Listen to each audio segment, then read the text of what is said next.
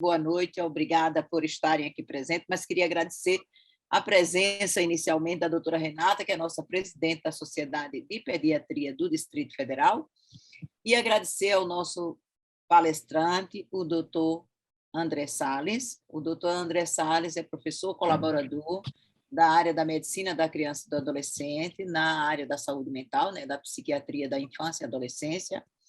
Ele é também coordenador da residência médica em psiquiatria do HUB e da Secretaria de Saúde, que é uma residência casada, é uma residência ampliada há algum tempo. Ele tem modernizado e trabalhado em função dessa coesão, dessa coalizão, desse trabalho em rede, melhorando cada vez mais a qualidade da nossa residência.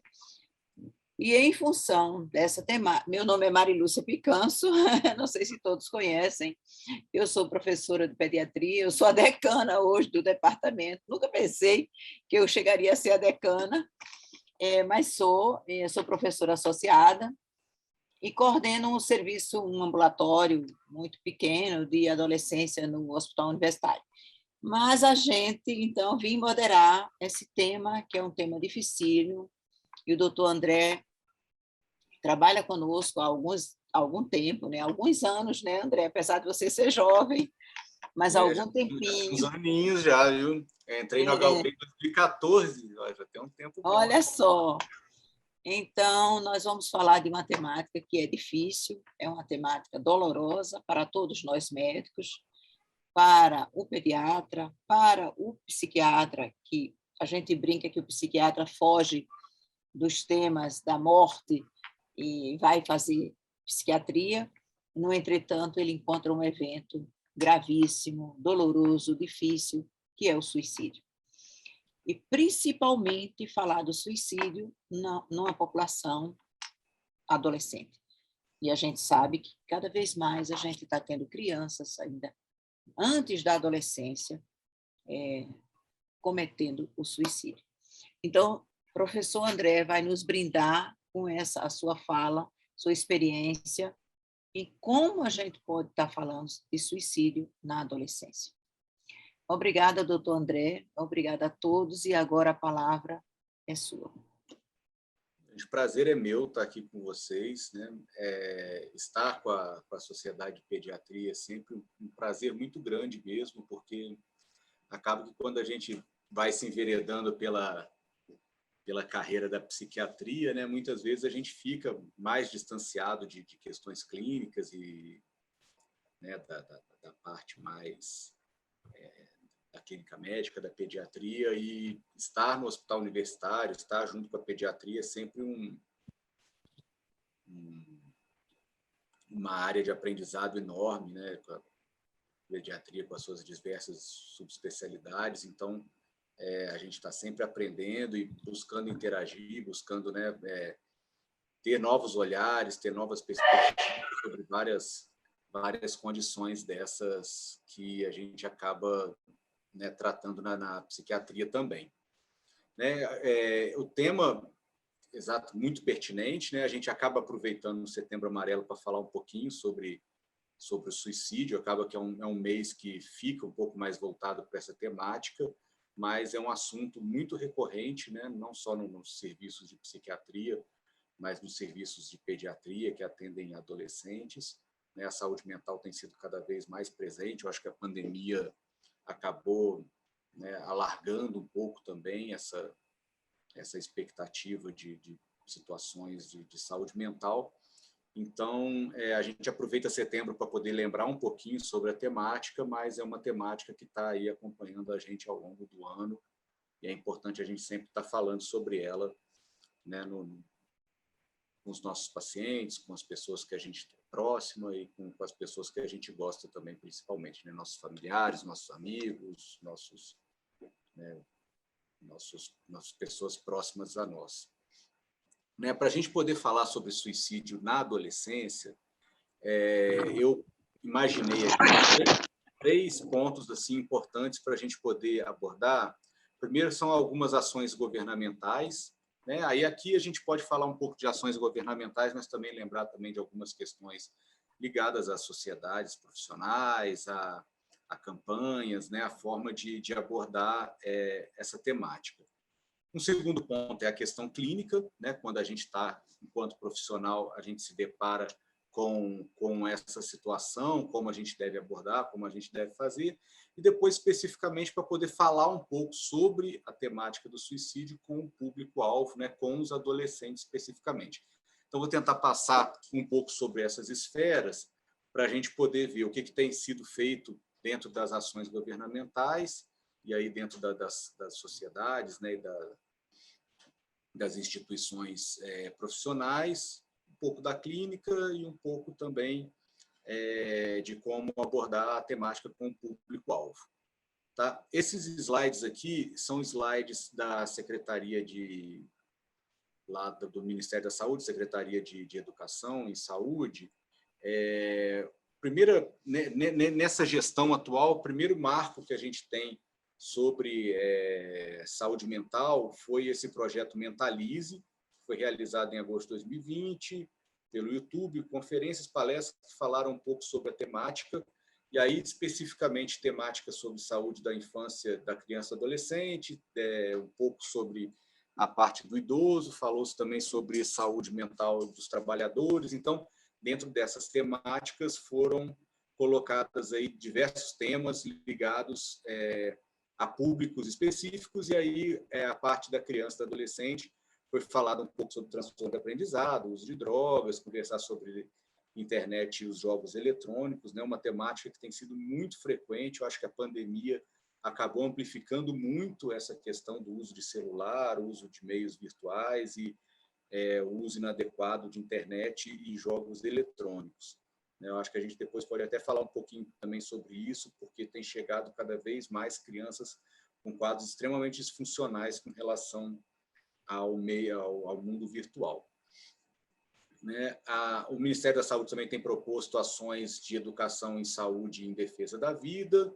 Lá no iniciozinho dessa gestão, eu postei até num slide aqui anterior, a Lei 13.819, que fala sobre a instituição da Política Nacional de Prevenção da Automutilação e do Suicídio, foi uma das metas iniciais do governo. Essa lei ela tem essa característica, de ser transversal a vários ministérios, e existe um grupo gestor que está tentando implementar a lei nessas diversas esferas aí. Então, é uma lei que trouxe uma modernidade, e uma importância para a prevenção do suicídio e da automutilação, e, através dela, algumas ações estão sendo implementadas no Ministério dos Direitos Humanos, no Ministério da Educação, no Ministério da Justiça. Então, a ideia é que se tenha, de fato, uma política transversal aí de vários ministérios e várias entidades. Tá? O portal Universus Brasil, ele tem disponível cursos de prevenção de automutilação e prevenção do suicídio. A ideia é que, de fato, as pessoas tenham uma capacitação nessa temática e cada vez consigam lidar de uma maneira mais segura e mais efetiva com a temática. Então, a gente tem uns dados aí mais atualizados, do número de pessoas que fizeram esses cursos de capacitação pela plataforma. E também cartilhas, esse tipo de abordagem para um público-alvo mais variado possível. Então, essa parte aí com cartilhas, com informações sobre o tema também tem sido usado.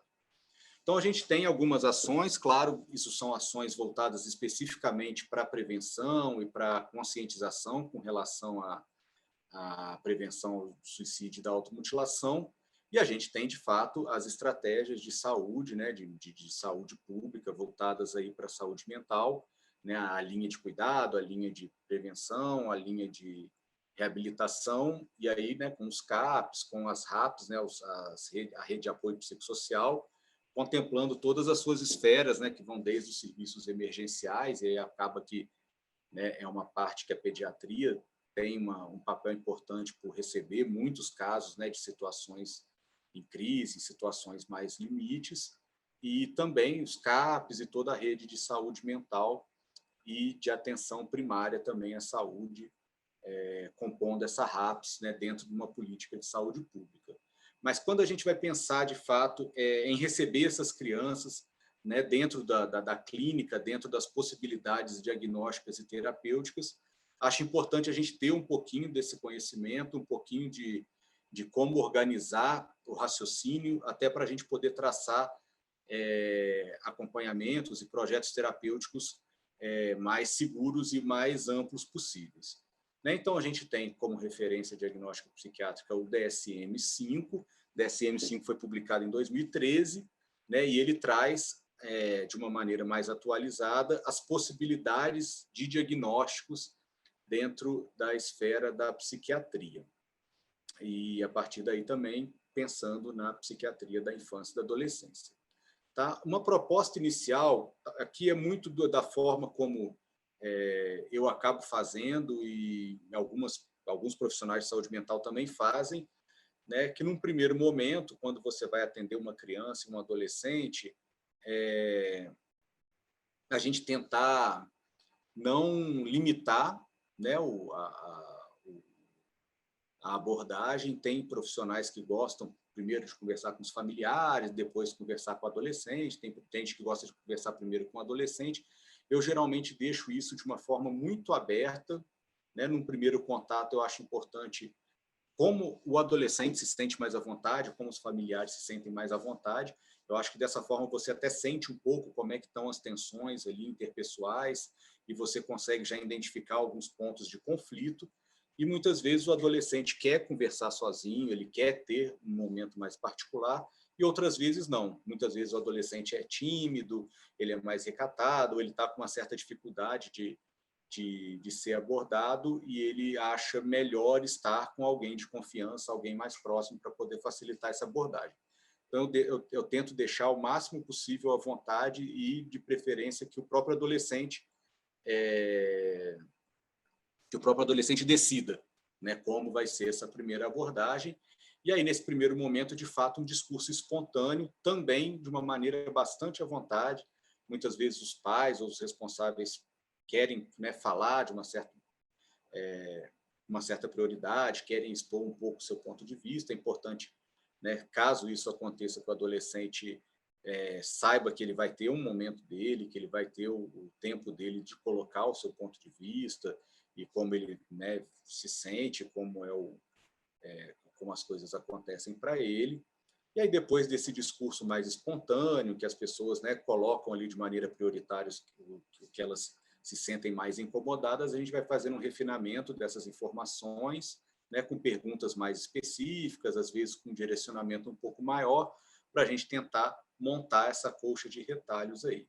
E aí depois é importante você ter, né, uma história de desenvolvimento mais detalhada, até para você entender também como é que foi a longitudinalidade dessas questões, um histórico familiar, né, não só da configuração familiar em si, mas se na família tem alguém que faz, né, tratamento, se tem algumas patologias prévias, o histórico clínico do adolescente que você está acompanhando, e aí a gente vai pensar, né, se de fato a gente está perante aí um quadro psiquiátrico, um quadro de transtorno mental, se a gente precisa fazer refinamentos com exames e avaliações complementares, se a gente vai, de fato, né, fazer uma proposta terapêutica, se vai ser medicamentosa ou não, se vai ser psicoterápica, se vai, né, como é que a gente vai fazer a configuração dessa proposta terapêutica. Né? Para a gente poder pensar o diagnóstico, a gente tem em mente aí 5 perguntinhas que eu acho que facilitam para a gente poder avaliar. Então, primeiro, se aquela questão, se aquela situação que está sendo trazida para uma avaliação, se de fato esse problema, essa queixa, ela se configura como um sintoma, e aí a gente vai ter que ver de uma maneira mais detalhada, né, como é que as coisas estão se apresentando com relação a esse adolescente, com relação aos pais, muitas vezes com relação a professores, que trazem também algumas questões, né, não diretamente, né, mas através de relatórios, através de conversa com os familiares. E aí, de fato, a gente tem que tentar entender de uma maneira mais ampla possível se essas questões que estão sendo trazidas para avaliação se configuram sintomas ou se são só disfuncionalidades por conta de situações específicas, né? Então, essa anamnese detalhada e ampla é fundamental. A gente ter um conhecimento, né, de psicopatologia da infância e da adolescência, muito importante conhecer os marcos de desenvolvimento, o que esperar em determinada faixa etária, né? Muitas coisas que são esperadas numa faixa etária, elas podem ser consideradas sintomas em outra faixa etária, então é importante a gente ter em mente também essas definições, né? Acaba que a gente traz alguns pressupostos teóricos, então a gente pode falar um pouquinho mais detalhadamente de algumas teorias, né, que trazem o desenvolvimento infantil e da adolescência.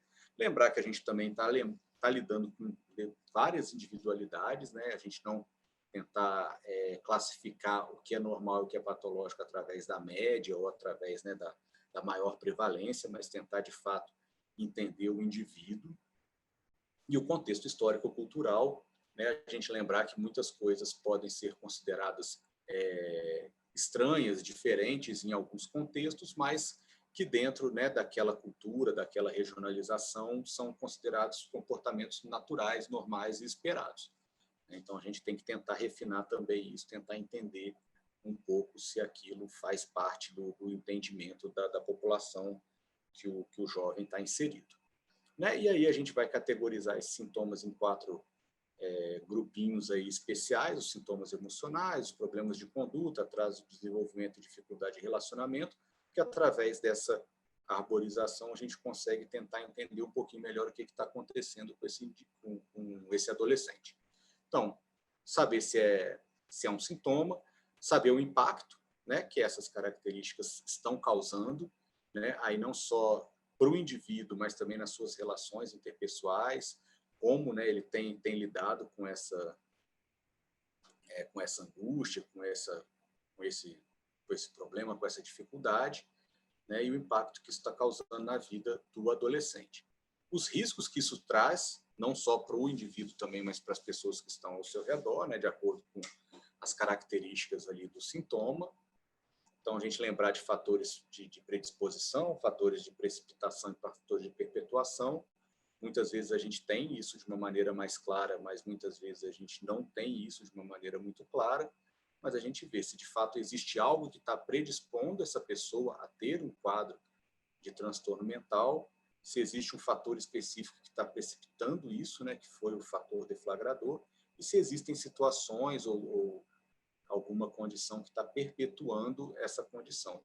E lembrar sempre também de ver os fatores de proteção, né, os fatores que podem contribuir, que podem te auxiliar no tratamento e no projeto terapêutico. Né, as capacidades do indivíduo, importante, os pontos positivos. Muitas vezes a gente fica focado, né, nas questões negativas, mas o quão funcional essa pessoa está, o quão organizada essa pessoa está, né? E o modelo explicativo familiar, isso às vezes é importante para você traçar, né, formas de explicar o contexto do que você está percebendo para as pessoas e também dentro do projeto terapêutico, né? Muitas vezes as explicações, as crenças da família ou do indivíduo vão perpassar aí as suas propostas diagnósticas e terapêuticas.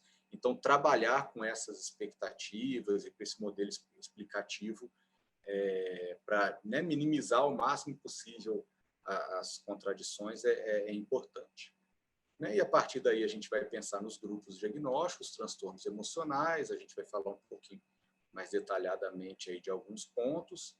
Né? Nesse slide a gente tem essa campanha do ponto e vírgula, que, né, de vez em quando reaparece, assim, principalmente na internet, nas redes sociais, que é uma campanha de pessoas que em algum momento pensaram, né, em pôr fim à sua vida e que decidiram, de fato, não colocar o ponto final, mas, né, colocar um ponto e vírgula e seguir adiante. Então, as pessoas acabam colocando isso, né, de uma forma assim para poderem lembrar da situação. Né, os transtornos de comportamento disruptivo, então os quadros de transtorno de conduta, transtorno opositor desafiador, quadros que, né, a gente se depara aí com bastante frequência. Os transtornos de desenvolvimento, que geralmente são vistos na infância, né, é um pouco mais difícil os transtornos de desenvolvimento chegarem na adolescência, a não ser uma deficiência intelectual mais leve, ou um quadro de autismo que passou desapercebido na infância, mas geralmente esses transtornos de desenvolvimento eles são mais avaliados e têm uma prevalência maior, né, dos serviços na infância. Tá? E aí é importante a gente, né, saber um pouco sobre a gama de possibilidades diagnósticas, né? O DSM, cada cada edição dele acaba ampliando, né, as possibilidades diagnósticas, muito por um refinamento, muito por mudanças na sociedade. Então, isso geralmente é um ponto de crítica, mas muitas vezes a ideia é justamente não aumentar em si a quantidade, né, de transtornos, mas você poder discernir um pouco melhor o que está acontecendo com o indivíduo e traçar condutas mais específicas. Né? Por exemplo, né, o transtorno da desregulação disruptiva do humor, que foi estudado, que foi visto, tendo em vista um aumento significativo dos diagnósticos de transtorno bipolar na infância e na adolescência, né? E essas crianças e adolescentes diagnosticados com transtorno bipolar, eles não desenvolviam, né, o quadro clássico de transtorno bipolar na vida adulta. Então, foram fazer um estudo, né, desses indivíduos, foram ver que essas crianças e adolescentes desenvolviam muito mais quadros de depressão e ansiedade, mas que durante a infância tinham, né, um quadro de um humor mais explosivo, um temperamento mais explosivo. E aí se pensaram, então, na possibilidade que, de fato, essas crianças não tinham transtorno bipolar, mas tinham outras características e que não deveriam receber o diagnóstico de transtorno bipolar. Então, isso um pouco acontece nas dinâmicas aí dos quadros de transtorno mental, justamente por você ter essa longitudinalidade e perceber que os quadros eles não vão se caracterizando no futuro como se espera. Né? E aí também refinamentos diagnósticos, por exemplo, nos quadros de o transtorno obsessivo compulsivo, que passou, né, de classificação, o transtorno de estresse pós-traumático na infância e na adolescência, a gente não tinha, né, uma diferenciação entre diagnósticos de criança, adolescente e adulto. No DSM-5 a gente tem, porque, né, não conseguia entender muito bem por que as crianças, tendo, né, uma personalidade, um psiquismo mais frágil, não desenvolviam quadros de estresse pós-traumático. E aí, de fato, foram tentar entender e viram que a sintomatologia do quadro ele era um pouquinho diferente da do adulto. Né? Então, as crianças apresentavam mais sintomas somáticos, não apresentavam tanto as revivências do trauma, e também elas não faziam, né, o transtorno da maneira completa, com todos os critérios que a gente precisa para fazer o diagnóstico dos adultos. Então, existem agora classificação específica para transtorno de estresse pós-traumático de crianças e de adolescentes. Tá? Então, essas mudanças vão sendo feitas. Né? A gente falou um pouquinho da desregulação disruptiva do humor, que foi uma diferenciação, os quadros de ansiedade, os quadros obsessivos compulsivos que estão juntos, né, de transtorno dismórfico corporal e de outros quadros ligados a controle do impulso. Né? Antes, o transtorno obsessivo compulsivo ele ficava um pouco mais próximo dos quadros de ansiedade.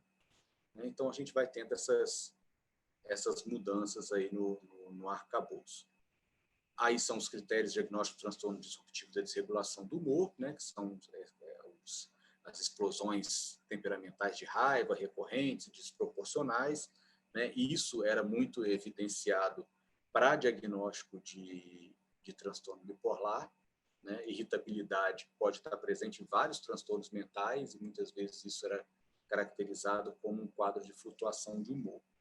Então, hoje a gente tem outras perspectivas com relação a isso. Tá? O critério diagnóstico para transtorno de estresse pós-traumático em criança de 6 anos, né, e mais jovens.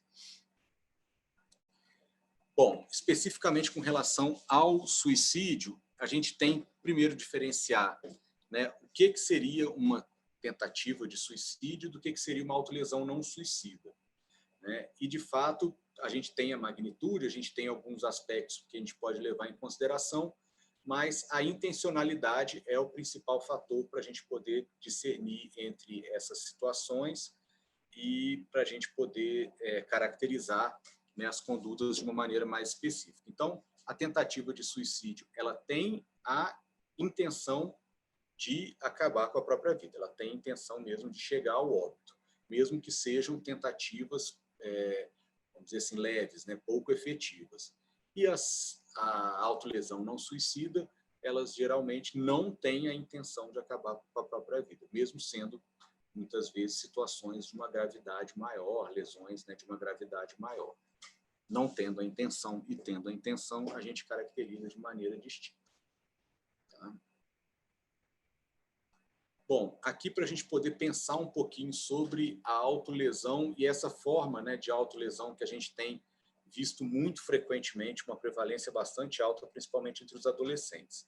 Então, a gente não leva em consideração, se forem situações ligadas a comportamentos culturalmente aceitos, como piercing, body art, alguma coisa nesse sentido, apesar de muitas vezes serem situações, né, que causam ali algumas mutilações ou algumas mudanças corporais mais intensas, mas sendo comportamentos culturalmente aceitos, a gente não coloca como autolesão.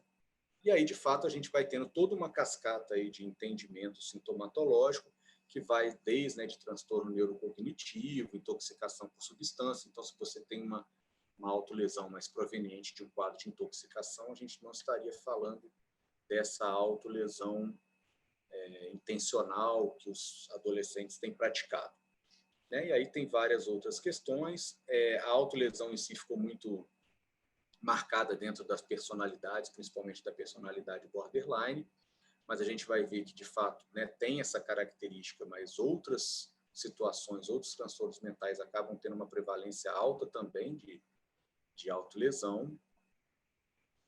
Os quadros de esquizofrenia, muitas vezes, né, por voz de comando ou por desorganização do pensamento, essas pessoas acabam se machucando, mas aí a gente entraria muito mais nas questões ligadas à psicose do que à autolesão, né, provocada, auto-infligida. O transtorno obsessivo compulsivo, que pode causar lesões específicas, né, a gente pode trazer como exemplo assim, a pessoa que, né, está com muita preocupação com um toque de contágio, lava muito a mão e acaba ferindo a mão, né, ou muitas vezes se escoriando. Os transtornos de escoriação acabam também acontecendo, né, que é a escoriação neurótica, o skin picking. A tricotilomania, que é arrancar cabelo, arrancar cílios, sobrancelha. Né, os movimentos estereotipados, que aí os autistas acabam, né, apresentando uma prevalência maior e que podem levar a machucados, né, por conta desse movimento e a intensidade e a forma como esse movimento se dá. Lembrar que a gente pode estar também perante situações de simulação, transtorno factício, né, a síndrome de Munchausen, né, factício por procuração, e aí, de fato, aquela pessoa com um transtorno mental e que acaba se machucando com aquela forma ali de alívio ou de autopunição, tudo a gente estaria, né, perante a autolesão não suicida. Tá? Então, essa autolesão não suicida, esse termo, né, como entidade nosológica distinta, a gente não tem ela ainda, né, a gente não tem esse diagnóstico de autolesão não suicida. Atualmente, a autolesão ela faz parte, né, como sintoma de outros transtornos. Tá? Mas, especificamente, a autolesão não suicida, ela está no capítulo 3 do DSM, que são condições para estudos posteriores, e aí ela tem esses critérios que não são critérios diagnósticos, são critérios para ter um refinamento nas pesquisas, todo mundo falar mais ou menos a mesma coisa, né, quando está falando de autolesão não suicida, e você poder fazer pesquisas com grupos mais hegemônicos possíveis, mais homogêneos possíveis. Tá? Mas isso não pode ser usado como critério diagnóstico. Tá? A dinâmica da autolesão não suicida, né, as dificuldades de lidar com as emoções vão levar a uma autolesão, aquela sensação de falso alívio, de que as coisas, né, se resolveram, se apaziguaram, mas, claro, isso não faz com que as coisas melhorem, e aí, de fato, você, né, tem ali as situações que estão levando a dificuldade de lidar com as emoções, associada, né, a esse comportamento disfuncional, tende a ir aumentando cada vez mais a tensão e buscar essa maneira de resolução mais recorrente. Tá? Muito associado ao diagnóstico de transtorno de personalidade. Lembrar que as personalidades, a gente geralmente guarda esse diagnóstico para uma vida adulta, né? O adolescente, muitas das características impulsivas do adolescente e que estão presentes na personalidade borderline, elas vão se dissolvendo ao longo do tempo. Então, né, claro que ninguém né, do dia para a noite fica com uma personalidade borderline, mas, né, essa construção a gente vai acompanhando e fazendo, né, o nosso trabalho, que é tentar não tentar intervir antes, né, para que a pessoa de fato não desenvolva uma personalidade dessas mais disfuncionais, mais patológicas. Mas quando a gente tem o diagnóstico associado à autolesão, 92% das pessoas que têm autolesão têm um diagnóstico de depressão associado. Transtorno obsessivo compulsivo, né, que é um quadro que também está muito frequente, principalmente pensamentos mais recorrentes.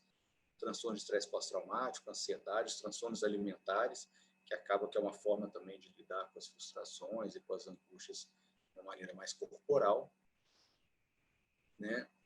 Um pouco dos estudos ligados à autolesão não suicida mostram que esse comportamento está muito ligado ao estresse tóxico e a uma ativação excessiva do eixo hipotálamo hipófise adrenal, que vai levando mesmo a uma hipervigilância, a uma hiperestimulação, né, das vias mais impulsivas, e que acaba levando a pessoa a resolver as coisas de uma maneira um pouco mais impulsiva, né, disfuncional.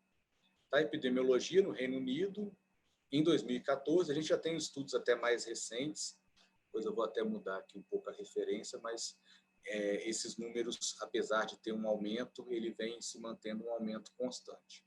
Tá? Então, pelo menos aí na faixa dos 30 anos, se a gente for ver a prevalência, né, 20% da população, pelo menos um episódio ao longo da vida, né, que é uma prevalência bastante alta. O Ministério da Saúde, né, fez um boletim em 2017 falando sobre o tema, né, de suicídio de autolesão, dados da variação da taxa de mortalidade por suicídio em 100 mil habitantes. Né, a gente for perceber nos gráficos, a gente vai perceber que a mortalidade no sexo masculino é maior, nas tentativas no sexo feminino é maior. Geralmente os homens demoram mais para buscar ajuda, né, buscam métodos mais letais, então tem toda uma gama aí de possibilidades do porquê que a taxa de mortalidade é maior no sexo masculino do que no feminino. Essa figura 5, né, que é um gráfico que está aqui à nossa direita, é importante a gente ver que as taxas, né, além das taxas na infância e na adolescência estarem subindo, se a gente for pegar por população específica, né, que existe uma taxa muito alta, principalmente na população indígena, né, nas adolescentes e adultos jovens, mostrando que existem, que precisam, né, e tem sido feita políticas públicas especificamente para essa população. Tá? Dentre os fatores de risco de suicídio, a gente tem uma tentativa prévia, então o paciente que chegou para uma avaliação por conta dessas situações, se teve uma tentativa prévia, é um paciente que precisa de fato de uma atenção, de um olhar mais cuidadoso, né? Então é um dos principais fatores de risco de uma tentativa prévia, né? E o risco, né, de uma tentativa grave, ela vai aumentando à medida que você vai tendo outras tentativas. Né? Se 30% se você tiver uma tentativa prévia, esses dados aí mostram que, de fato, esse fator de risco é um fator muito importante. O segundo fator de risco principal, e que, né, os dados colocam aí que 90% dos suicídios, mas se a gente for refinar, né, a investigação, quase que a totalidade dos óbitos por suicídio vão ser em vigência de um transtorno mental. E dentre eles, né, os quadros de humor, depressão e transtorno bipolar estão aí, né, como os principais. Os quadros de personalidade, que muitas vezes, né, as personalidades mais impulsivas.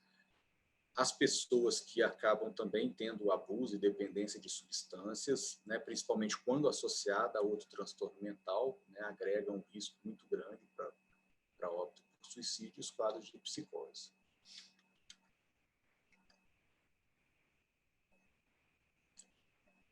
Pode passar. E a história familiar também, né? A gente sabe, através dos dados estatísticos, que as crianças, né, a prole de pais que tiveram tentativa de suicídio tem uma probabilidade maior, e dentro do histórico familiar também, principalmente no núcleo familiar mais próximo. né, tios, avós. Então, são quadros aí que, quando presentes, né, tornam o nosso cuidado aí redobrado. Tá? E as adversidades, a gente vai falar um pouquinho mais para frente sobre isso também, mas os abusos físicos, sexual, violência doméstica, o bullying, o cyberbullying, que tem tomado uma proporção muito grande, né, e um impacto muito grande na saúde mental, principalmente dos adolescentes, né, o cyberbullying particularmente pela magnitude que eles acabam tomando, né, e ser muito rápido e de muita intensidade, né, chegar em muitas regiões ao mesmo tempo, acabam sendo de uma proporção aí, astronômica para quem tem que lidar com ele. Os problemas de justiça disciplinar, as dificuldades escolares, o entendimento e receptividade quanto à sexualidade. Isso são pontos também importantes que fazem com que as pessoas acabem, né, buscando um refinamento de como lidar com as suas particularidades. Muitas vezes isso traz um sofrimento, traz uma angústia, né, traz conflitos familiares, conflitos interpessoais. Então, é um ponto importante para a gente poder trabalhar. Lembrar do efeito Werther, né? Sempre que a gente vai conversar, vai falar sobre suicídio, a gente tem que lembrar desse dado, né? A nossa perspectiva é sempre falar sobre prevenção, sobre buscar ajuda, sobre como, né, se tratar, como cuidar da sua saúde mental, porque existe, de fato, um efeito de contágio com relação ao tema, né, a temática suicídio. E esse nome, efeito Werther, veio do livro, né, O Sofrimento do Jovem Werther, que as autoridades foram percebendo que aonde ele era editado, aonde ele era lançado, né, existia um aumento na taxa de tentativa de óbitos por suicídio, principalmente entre pessoas mais jovens, e muito por conta de uma identificação com o quadro do Werther, que chegava a óbito por conta de um sofrimento amoroso. Então, vários órgãos têm cartilhas, né, para poder falar, como abordar o tema. Né? É uma forma de ver o efeito Werther na prática. Né? Essa série foi uma série que teve uma repercussão muito grande, né, entre os jovens, uma repercussão, né, de certa forma negativa entre, né, os especialistas, porque principalmente a primeira temporada, né, fala sobre a situação da personagem Hannah e o desenrolar da história dela, né, justificando aí os motivos que levaram ela a cometer suicídio, e particularmente o último episódio, um episódio muito pesado, né, com cenas muito explícitas, assim, que acabaram sendo cortadas, sendo mudadas por conta mesmo da pressão de órgãos e de demonstração que era uma situação que trazia, de fato, risco para as pessoas. E aí, quando a série foi lançada, né, o aumento aí expressivo de procuras no Google sobre uma temática ligada ao tema, mostrando que, de fato, o efeito Werther pode acontecer de uma maneira mais rápida. Né? Bom, no Brasil nós tivemos a campanha, né, o Acolha a Vida, que teve a lei e que está em fase de implementação. Para a gente poder pensar o projeto terapêutico desses adolescentes, a gente tem que pensar em alguns fatores. Né? O principal é o risco, né, de saúde mental. São pessoas que estão muito deprimidas, são pessoas que estão muito psicóticas, são pessoas que estão muito impulsivas, muito agitadas. São pontos importantes para a gente poder pensar o risco, né, se essa pessoa está num risco alto, médio ou baixo. Né? Os pensamentos e os planos, né, suicidas dessas pessoas, se são planos que têm uma intencionalidade alta, uma letalidade alta, se teve tentativas prévias, para a gente poder ver a magnitude também do risco, pensar nos fatores ali que podem auxiliar no tratamento. Então, se tem uma estrutura familiar ou uma estrutura de cuidado, de suporte adequada, se a gente consegue fazer um plano terapêutico, né, com outras pessoas envolvidas, com outros cenários envolvidos, para a gente poder traçar a melhor conduta. Né? De uma maneira aí mais esquemática e mais geral, risco alto, a gente propor tratamento em regime intensivo, né, uma internação, seja ou um cuidado muito próximo, né, de alguma pessoa responsável, e esses quadros precisam ser revistos a cada 24 horas, né, porque são quadros, de fato, mais graves. Em criança e adolescente, a gente indica um pouco menos, mas lembrar que existem tratamentos também para a fase aguda, né? O uso de cetamina, ECT, essas coisas também podem ser pensadas e propostas. Os pacientes com risco médio, você vai, né, fazer todo a organização da segurança, né, mas você pode, de certa forma, acompanhar essa pessoa a cada semana. Claro, deixando, né, os telefones para contato, as possibilidades, né, de busca de auxílio caso alguma situação aconteça. Aí, dos riscos baixos, você também vai organizar, mas você geralmente pode acompanhar aí a cada mês. Tá? A decisão do tratamento medicamentoso vai levar muito em consideração o diagnóstico, né, e os sintomas-alvo, a escolha da medicação sempre, né, levando em consideração a eficácia e a tolerância. Em alguns momentos, a gente tem que, né, de fato, levar o custo em consideração. É difícil você prescrever um tratamento que a pessoa não vai ter como marcar com ele, né? Então, em algum momento, isso vai ter que ser pensado também. Importante explicar para os pais, para o adolescente, o motivo do que você está passando a medicação, para que você está passando a medicação, o que você espera dela, quais são os efeitos colaterais, né, as necessidades de ajustes, que muitas vezes a dose inicial não vai ser a dose que vai ser o tratamento, você vai precisar, né, fazer isso escalonado, né, e entender um pouco aí as diferenças entre prescrever para adolescente e para adulto também. Tá, aqui algumas características, né, de alguns medicamentos. A gente pode, porque antidepressivo tricíclico não funciona para criança e adolescente para tratamento de depressão, né, e já funciona melhor para adulto. O tricíclico também tem um efeito cardiotóxico que a gente tem que levar em consideração. Todos os antidepressivos, né, inibidores da recaptação de serotonina, dual, vão vir em bula, né, que eles podem aumentar um pouquinho a ideação suicida. Então, como isso vem em bula, é importante também a gente conversar com os responsáveis pelo paciente. Os antipsicóticos, lembrar dos efeitos metabólicos, né, de ganho de peso, aumento de colesterol, essas coisas. As anfetaminas, né, os medicamentos tipo Venvance, assim, que eles podem aumentar um pouquinho a euforia, mais em criança, menos em adolescente do que em adulto.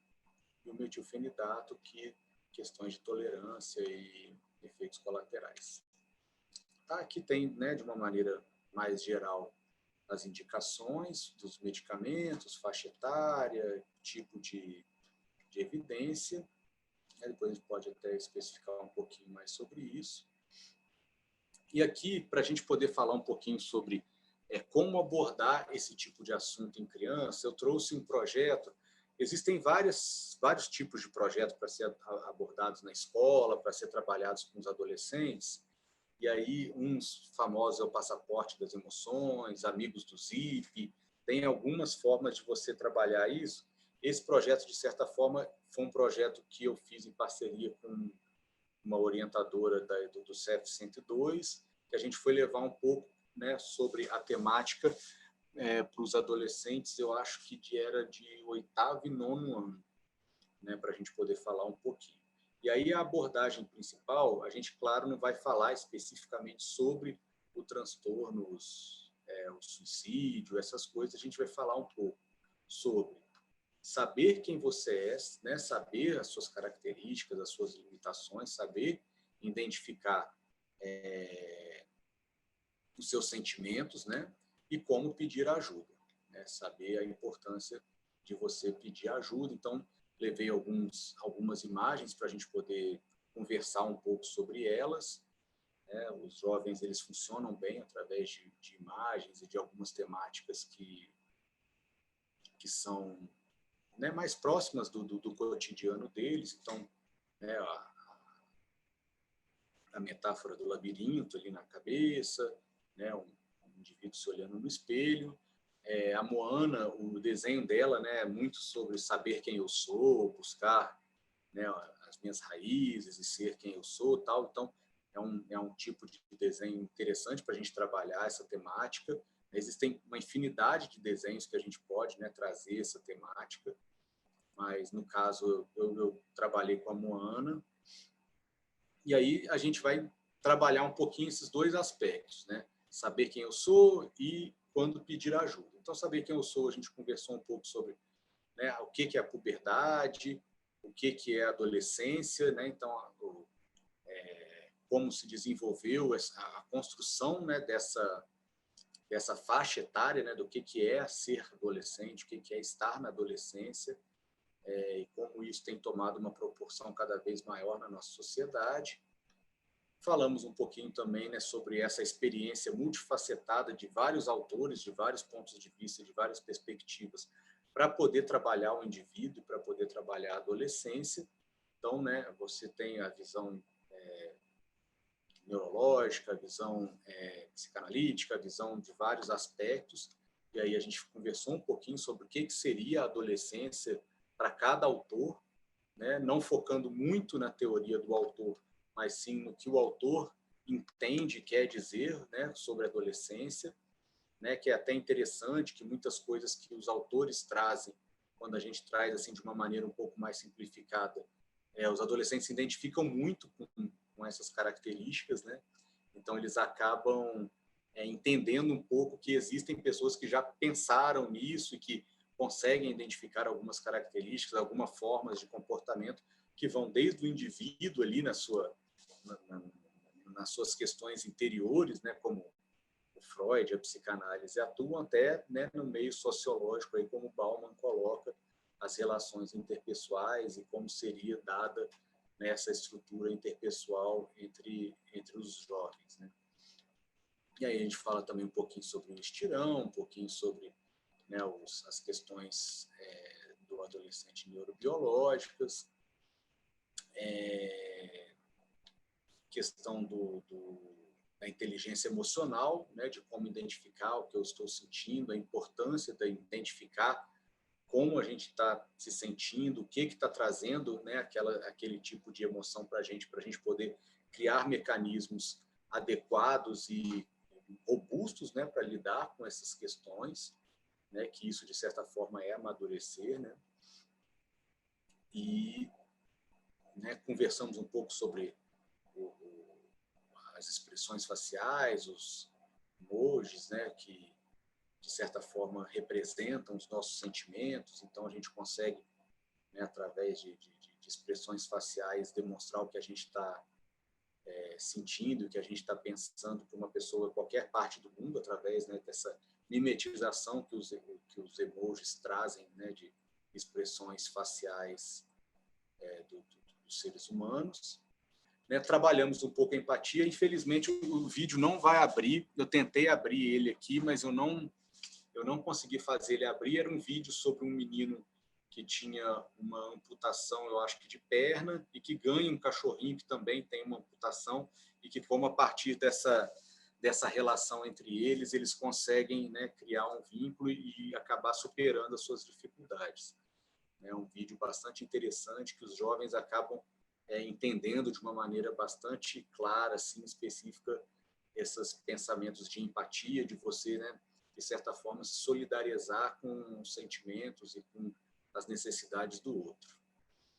Aqui, para poder trabalhar um pouquinho as questões de conflito familiar, é uma cena do filme Os Incríveis 1, né, quando eles ali, o pai deixa de ser herói e vai ficar em casa, vai trabalhar numa coisa burocrática, a mãe sobrecarregada, os filhos brigando.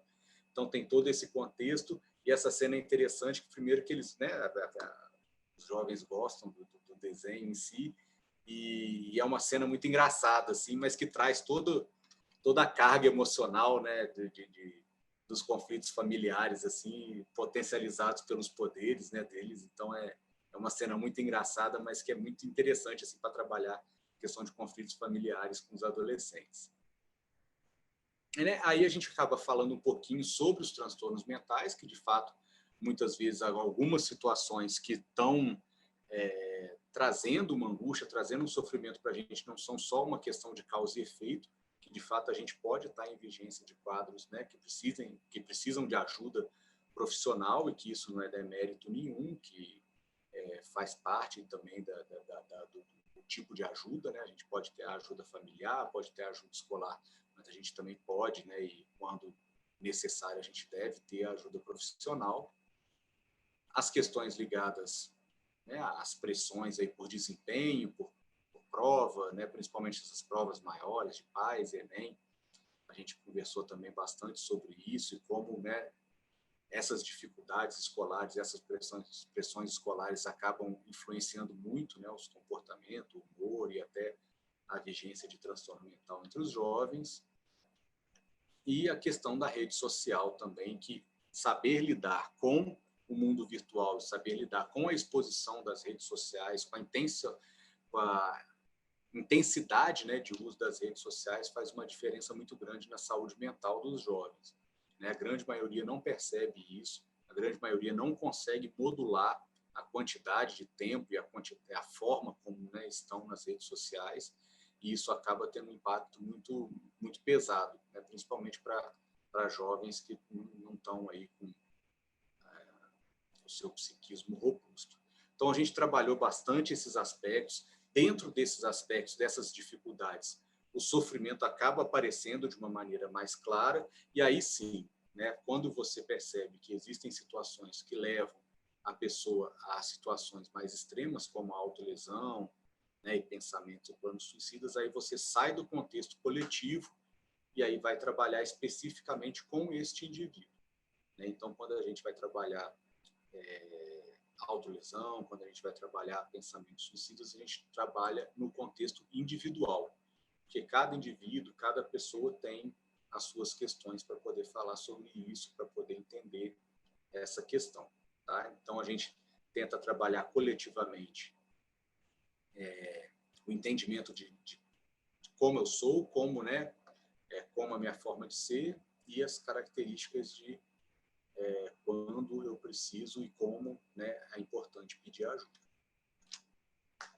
Tá. E tem um último ponto também que a gente trabalhou sobre essa transição, né, entre comportamentos e responsabilidades adultas e, ao mesmo tempo, esse luto aí e esse momento de deixar de ser, né, só filho, cuidado da mãe. Então, é uma ambivalência muito grande. Muitos jovens querem ter, né, algumas questões importantes da vida adulta, mas muitas vezes também estão ali lidando com situações aí de serem ainda crianças, de terem ainda uma prerrogativa infantil. Então, essa ambivalência também acaba trazendo um sofrimento muito grande.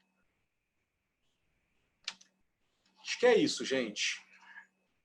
Acho que a gente pode conversar um pouco sobre o tema. Eu nem sei quantas horas. Falei uma hora. Obrigada, gente, alguma pergunta? Estamos aí à vontade. São 20h59. Perfeito. O tempo, desculpa, estou soluçando. Eu não vi aqui as perguntas, eu tenho dificuldade, mas eu vi uma pergunta, professor, Ai, perdão. Que foi a Lília. Eu acho que a Lília perguntou no início no meio da sua fala, a Lília perguntou que não qual a importância da prevenção, né? Até escrevi aqui para ela, mas seria bom você falar, né? Seria a importância interessante. da prevenção? Qual a importância da prevenção? Foi isso, Lilian? Você está presente? Ela falou da pós-venção. Eu acho que eu estou tentando rastrear aqui Pós-venção ou eu que li errado? Lilian tem aqui qual a importância da pós-venção. A pós-venção da pós-venção, porque quando a gente está numa situação de luto, né, principalmente esses lutos, né, adolescentes, isso traz uma isso traz uma carga, né, de culpa, de responsabilidade, né? É uma situação muito difícil, pode né? ser. Não só para os familiares, mas para os profissionais também, né? Fica todo mundo naquela perspectiva de o que podia ter sido feito, aonde que foi a falha, aonde que foi, né, o furo, o que aconteceu que as coisas não foram da melhor maneira possível. E aí você estar próximo da família e estar, né, próximo dos amigos, dos familiares é muito importante, né? A gente acaba trabalhando um pouco a pós-venção com os familiares, é um momento muito delicado, né? Um momento que, de fato, a família toda está em risco e que trabalhar essa questão, trabalhar esses aspectos vai fazer uma diferença no prognóstico mesmo das pessoas, né, que estão envolvidas ali com a situação. E também lembrar muito das pessoas e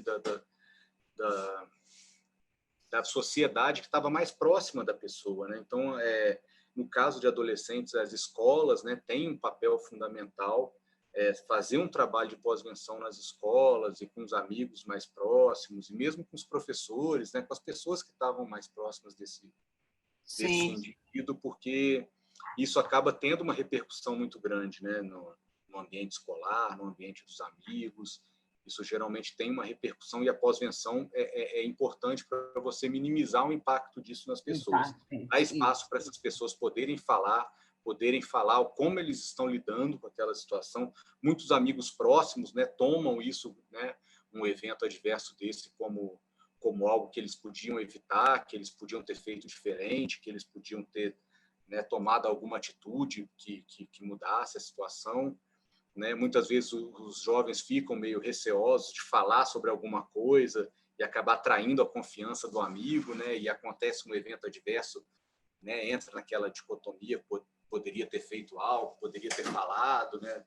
Mas são coisas que precisam ser trabalhadas, né?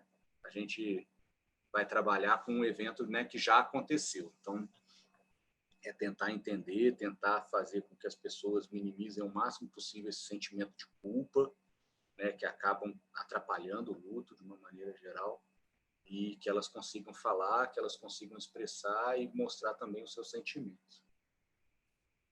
Obrigada, doutor André. Peço desculpa, viu, Lilian, porque eu li, eu estou meio... Eu estou procurando aqui no chat, mas ela está aqui, ela está aqui.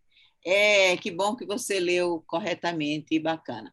Agradecer a todos os colegas, mas estamos abertos, continuando, mas dizer assim que temos presenças aqui de peso, né? Como a professora Vera Bezerra está aqui presente. A professora Vera. Chique a sua aula, viu? Sua palestra. Marcelo Tavares, Carmen Lívia, Gilca Starling, muita gente bacana que a gente conhece. Desculpem os outros que eu Onde é que você está vendo esse pessoal? Eu não estou vendo. Eu botei a tela como um todo e aparece... como tudo? Alessandra Domingues, nossa colega de agora estou vendo mais departamento, isso. Maria Aldeni, que sempre fica quietinha, doutora Indira Campos, Sara Neri, Wellington, muita gente bacana, conhecida, e a gente agradece. Vamos continuar com as perguntas, com o debate aqui, né? Porque eu acho que esse que é importante. Como falar de suicídio para o adolescente, né? O professor André fez uma abordagem muito ampla da questão do suicídio.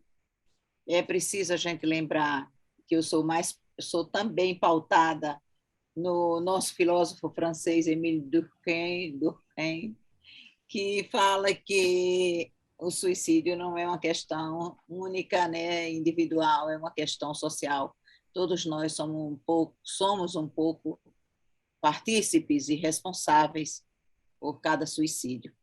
Ele diz que é um problema social, no sentido amplo da sociedade, ele dizia, né? No livro dele, O Suicídio, nas teorias do francês. E então é como o Hemingway dizia, né? Cada homem que parte, que morre, é um pedaço da gente que se vai. E é como você falou aí, então, esse sofrimento muito grande para todos. Mas como fazer isso e como falar? E você abordou bem na prática pediátrica, na saúde do adolescente, na primeira entrevista, a gente tem uma pergunta que nós fazemos para o adolescente, o que é que ele gosta mais dele, alguma coisa que ele queria mudar, o que é que mais desgosta nele, como ele está, se está sofrendo, se está triste, se está alegre, como ele se sente. Porque você também ressaltou a importância dessa fase da adolescência, que é uma fase que também tem esses altos e baixos pelas mudanças puberais, mudanças cerebrais, né, hormonais, todas. Essas flutuações de humor ocorrem na adolescência. O importante é que eles sejam funcionais, né? Para poder a gente não catalogar e não rotular as pessoas como os adolescentes como depressivos ou não. É um período muito intenso da vida, né? Tem gente que passou pela adolescência e, né, traz assim mesmo, né, depois da vida adulta, que foi um período muito intenso, que não foi lá dos melhores momentos da vida. Tem gente que já acha, né, que a adolescência foi um período bacana, mas é um período muito intenso e muito curto também, né? Ele tende a ser cada vez mais amplo, mas, né, com essas provas importantes, principalmente com essa pressão por desempenho mais precoce, né, para os pais, né, primeiro, segundo e terceiro ano. Então, no nono ano, né, os adolescentes eles já estão mais focados, e a família já traz mais essa perspectiva de que não, agora o ensino médio é para passar na faculdade, né? Isso faz com que a responsabilidade aumente muito de uma maneira precoce, né? E aquela adolescência de estar junto com os amigos, né, tal, acaba se perdendo um pouco, né? Principalmente nessa pandemia, né, André? Onde a gente se isola, o adolescente se isola e, segundo os dados off-label, digamos assim, pré-print ou a imprensa, a ciência, digamos assim, cinza, que ainda não foi revisada e tal, mostra que houve um incremento de quase 50% nas taxas de suicídio no mundo, configurando como a terceira causa de morte, mesmo subestimada, e principalmente no Brasil, que a gente tem nossas fontes de dados, assim, deixam ainda muito a desejar. São números muito difíceis da gente aceitar. É pesado, é difícil, é grave, é sério. Eu acho que o Setembro Amarelo está aqui, é muito importante, a Associação Brasileira de Psiquiatria, muito feliz com o governo, os governos anteriores e o governo atual mantendo essa proposta de estarmos com esse setembro de alerta, né? Pelo menos a gente precisa lembrar de falar sobre o suicídio, de perguntar aos nossos adolescentes mesmo, já pensou em morrer alguma vez?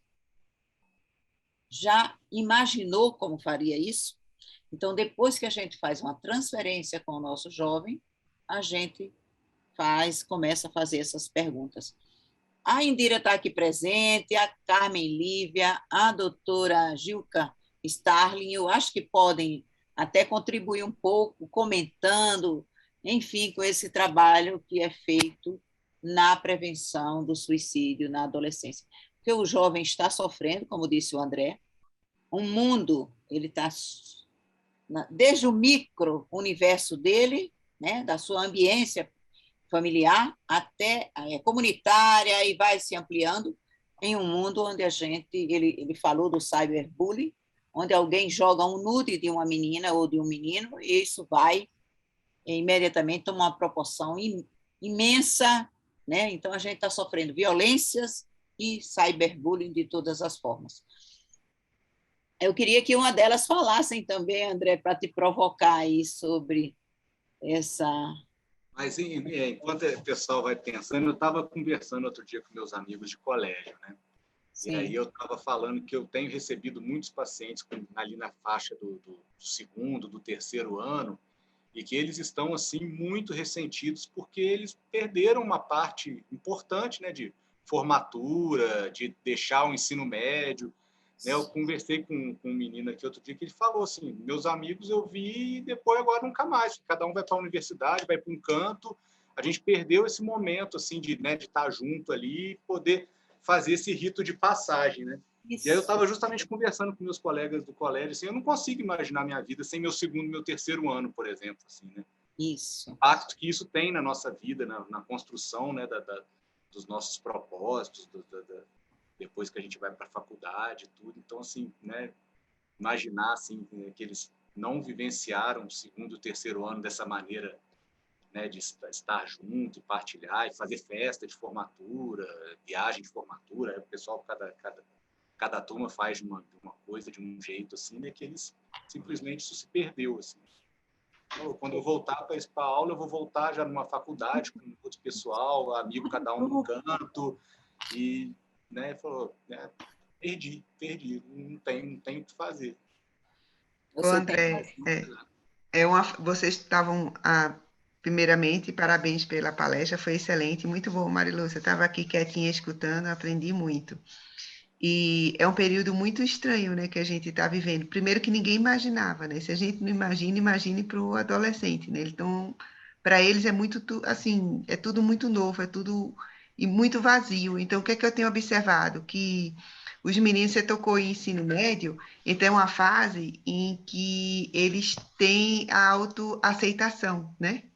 Então, o que que acontece? Eles precisam estar no grupo, eles precisam de amigos e eles não estão nessa fase. Então, eu tenho percebido muito aqui no consultório o quanto isso está difícil.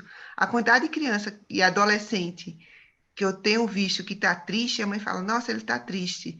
Mas ele está triste por quê? Eu até brinco, né? Porque não tem mais desafio, porque ele não tem mais o grupo, porque a gente fala, adolescente é grupo. É essa visão que vocês têm. Então, para mim, adolescente é grupo. Então, se eu tivesse dizer o maior feito que essa pandemia trouxe foi exatamente isso, né? Isolamento social e a falta desse grupo, até para ver se vai ser aceito, se não vai, se vai interagir ou não. Então, eu estou tendo muita dificuldade, assim, de dizer, ó, muda o foco, não é mais grupo, não é mais os amigos, não é mais isso. Aí você fala, então, qual o foco? Fica na televisão, vai ver filme, vai estudar. É difícil. Então, eu tive muita dificuldade de orientar esse novo mundo, né? Esse novo normal, né? Então, eu queria ouvir a opinião aqui, né, do expert, né, da adolescência, exatamente em relação a esse fato. O que que a gente diz? Assim, agora parece que está melhorando, a gente não sabe, mas na época de mais isolamento, e que todo mundo teve que ficar em casa, eu tinha essa dificuldade. Gente, o que que a gente faz? Não vai mais para grupo, não sai, fica em casa? Antes a gente dizia, né? Vai para esporte, vai fazer a natação, vai sair com os amigos, vai se divertir, hoje não. Aí depois a gente começa a dizer tudo que a gente não quer que eles façam. Como é que vocês estão orientando? Pois é, não, uma criança de 8 anos, ela viveu um quarto da vida em pandemia, né? É um tempo assim, porque, né, de acordo com a idade, proporcionalmente, o tempo é muito mais cruel, né? Então, né, para quem tem 2 anos é um quarto da vida, né? E tá dentro de casa, tá restrito, é muito complicado. E um ponto assim que acabou acontecendo muito é que como os adolescentes eles têm uma predileção, uma facilidade pelo meio virtual, acabou que essa substituição do contato com um grupo se deu muito pelo meio virtual e pelos jogos. Os jogos hoje você joga em conjunto, né? Então, eles estão conversando, eles estão interagindo, eles estão se divertindo, rindo, mas dentro de uma plataforma de jogo. Né? E você tem vários outros estímulos ali dentro. Né? Tem música, tem tiro, tem bomba, tem desafio. Competição, né? Sim. Além de eles perderem um contato social presencial, eles reforçaram os contatos sociais dentro de plataformas de jogo, né? Então, hoje, para tirar é difícil, porque competir com o mundo virtual é complicado. Ali você tem música, ali você tem poder, ali você conversa com os amigos, ali você, né, tem uma gama de possibilidades que você não tem fora dali. E muitos jovens já falam isso de uma maneira clara, assim, falar, o mundo real é outro tempo, é outra coisa, eu não preciso dele. Né? Eu posso ser... Recebi alguns pacientes que já há algum tempo, 3, 4 anos, trocaram o dia pela noite, acordam 5, 6 horas da tarde, jogam até 6, 7 horas da manhã, e é ali dentro do jogo que eles conversam, que eles brincam, que eles contam piada, que eles fazem as interações sociais, acorda de manhã, vai dormir, e não tem escola, não tem faculdade, não tem família. É a vida exclusivamente dentro da plataforma. Mas isso não é o que a gente gostaria. Eu acho que a Renata...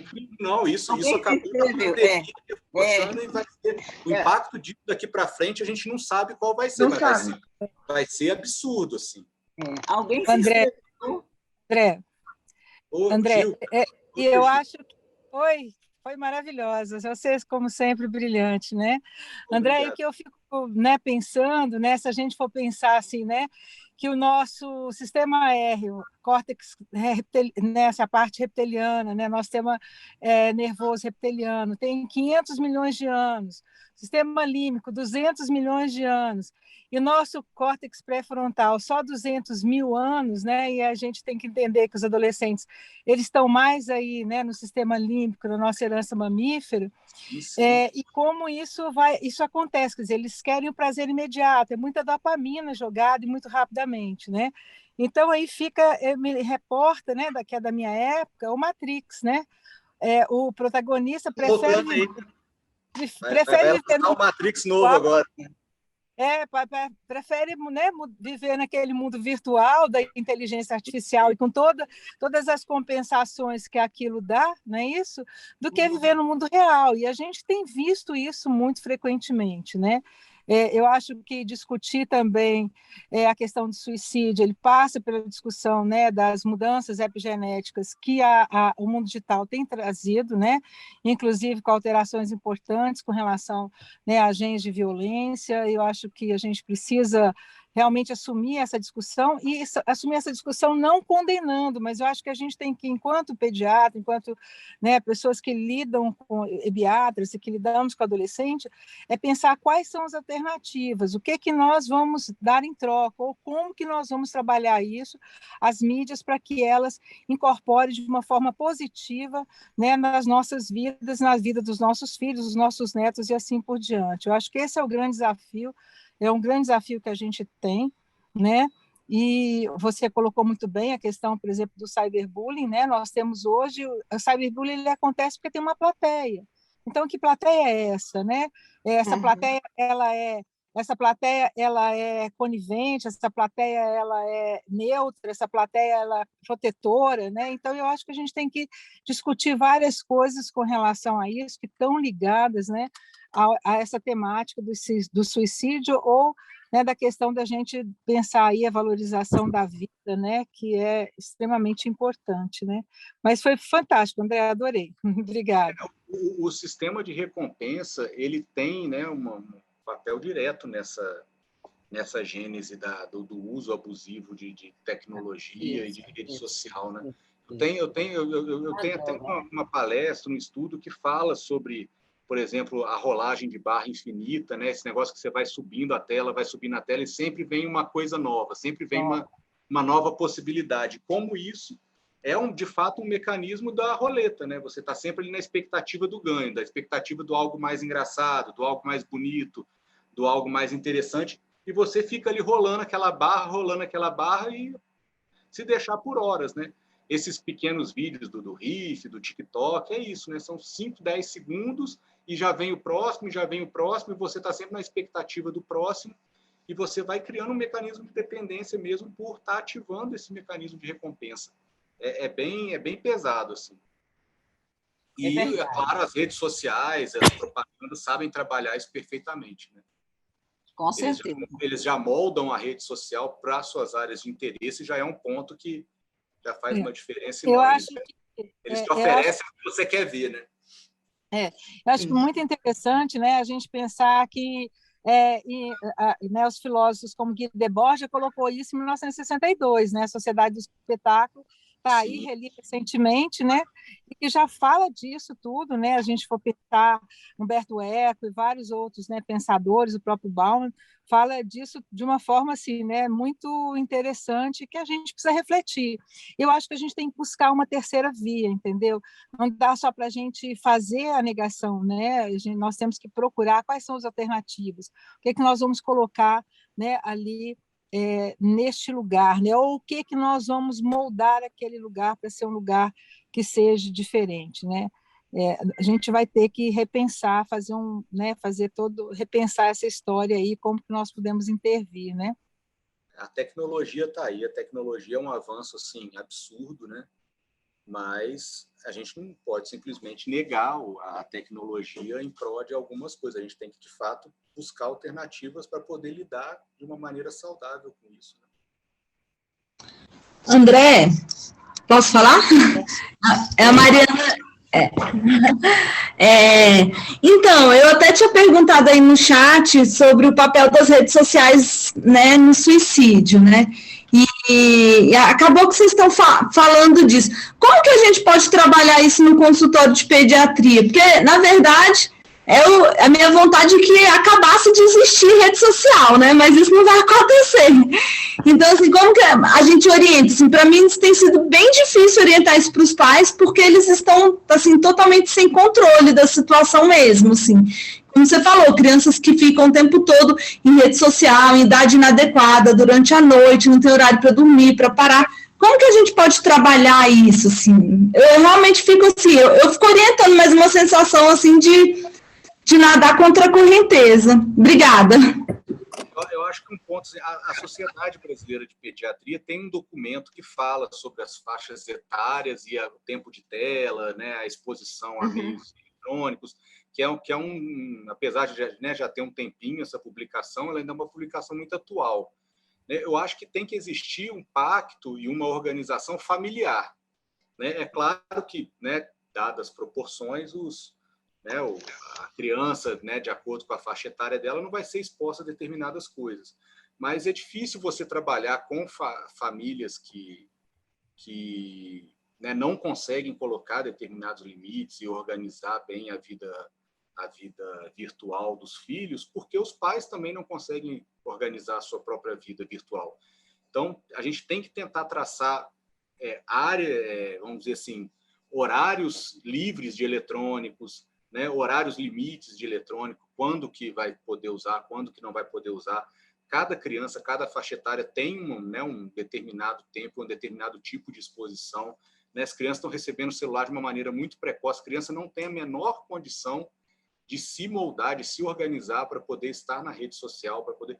Se depender, eles vão ficar o tempo necessário ali para eles se satisfazerem, né? Então, e as plataformas hoje online, virtual, joga todo mundo junto, então, né, eles querem estar ali com os amigos e, né, para o Roblox tem mais de 300, 400 jogos ali na mesma plataforma. Gente, eu vou pedir, eu acho que tem outra, Gilca, licença, tem outra pessoa inscrita, eu acho que Carmen Lívia, a Mariana Grilo perguntou, terminou? Eu perguntei. Eu só queria finalizar aqui, só falar uma coisa que às vezes para a Renata até. Às vezes eu acho que a Sociedade de Pediatria deveria assim, se manifestar mais fortemente em relação a isso, porque, de verdade, eu acho que fica uma coisa assim que tinha que ser mais massacrante com os pais, com os pediatras, pegar mais assim no pé disso, porque é realmente uma coisa que eu acho muito preocupante hoje em dia, assim, ainda mais depois dessa pandemia. Renata, dá licença, porque você fez a primeira pergunta, o André respondeu em cima disso, e eu gostaria de fazer uma colocação. A Gilca entrou, enfim. Eu acho que o que você perguntou, Renata, e o que a Mariana Grilo está reforçando agora para a sociedade, esse é o grande desafio. Porque o brasileiro não tem o hábito de ler. Os nossos jovens não leem, não jogam com os pais, e a gente está falando de uma classe média alta ou classe alta. A gente não está falando das pessoas menos favorecidas, que não têm essa possibilidade. Então, como é que um ambulatório, eu que faço medicina pública, saúde pública, porque eu sou do hospital universitário o tempo todo, full time, como é que a gente lida com essas pessoas? Então, isso é uma questão que devemos pensar, concordo com a Mariana Grilo, no sentido, é um desafio, Mariana, mas não é a sociedade só, um desafio, como a Renata colocou aqui, para todos nós. Lidar o tempo de tela, a gente sabe, foi definido pela Academia Americana de Pediatria, foi definido já junto à Sociedade Brasileira de Pediatria, mas os nossos jovens estão tendo aulas online. Estavam tendo, agora está voltando, óbvio. Mas eles tinham aulas online. Então, como é que você tiraria o tempo de tela desses meninos? Então, é preciso que a família... É complicado, é preciso que as famílias... Aí eu acho que o André tocou num ponto interessante, se organizem, as famílias mais favorecidas, para conversar mais, aproveitar o tempo de pandemia para estar junto dos filhos, ouvindo, conversando, jogando, sabe? Jogando todos os jogos que a gente jogava antigamente, as caixas de jogos, e não jogos eletrônicos, necessariamente. Porque você... né? Exatamente.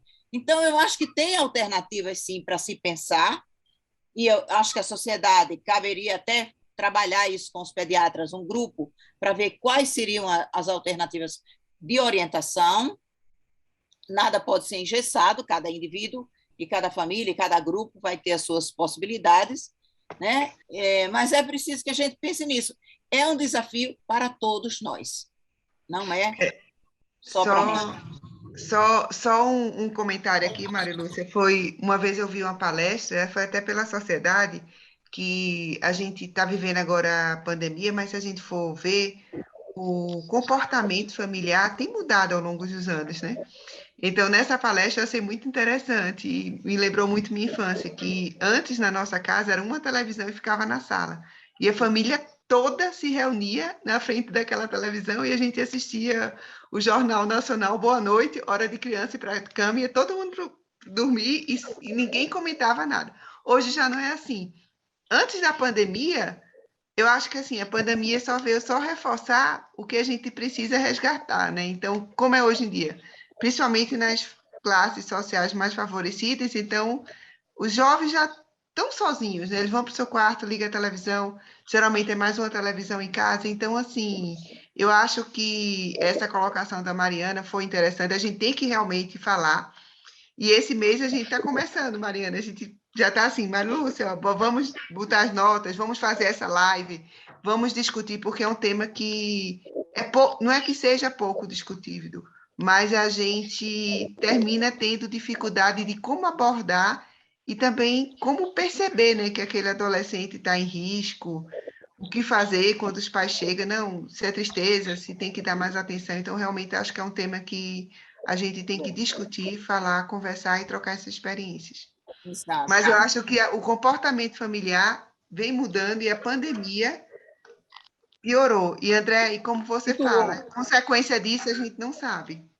Exato. Agora, tem outro ponto ainda que eu acho, a tua fala, Mariana, foi feliz. Tem um outro ponto, porque as redes sociais estão cheias das pessoas falando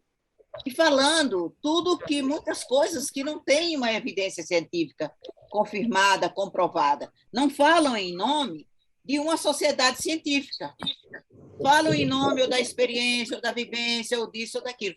Então, não é que ninguém vai controlar as redes sociais, mas a sociedade, como condutora da ciência, digamos assim, catalisando a ciência, né, as evidências científicas, poderia realmente estar mais à frente desses pontos. Oi, a doutora Mônica Mulatinho levantou a mãozinha.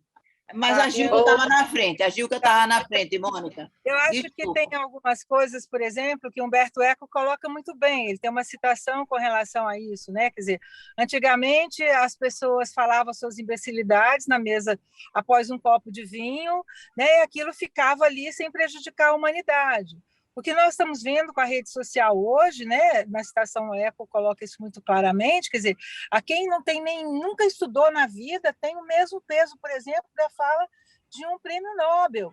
Então, isso é gravíssimo, gente, isso é super grave. A gente viu agora na pandemia, a gente teve uma pandemia de Covid e uma epidemia de tolices. Nós vimos vários colegas, porque tinha CRM falando um monte de bobagem, entendeu? E eu só falar uma questão das redes sociais. Aí a Sociedade Brasileira de Pediatria tem 2 documentos muito bacanas sobre mídias sociais. Eu tenho estudado bastante sobre isso e acho que a gente precisa buscar alternativas, sim, e está ensinando às famílias uma nova dinâmica.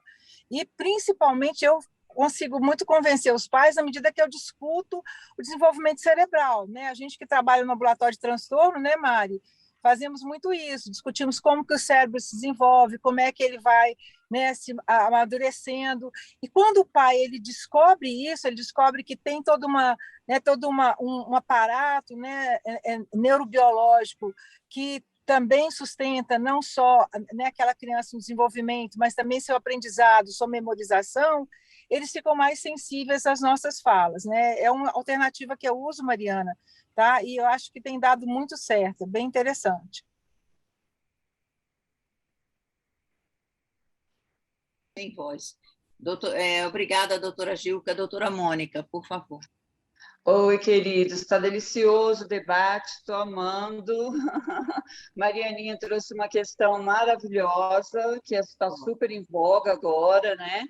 E que a gente precisa discutir mesmo. E sobretudo, como esses pais precisam supervisionar a vida digital dos filhos, né? Mas eu queria fazer uma pergunta para o André. André, qual o papel do lítio na prevenção do suicídio?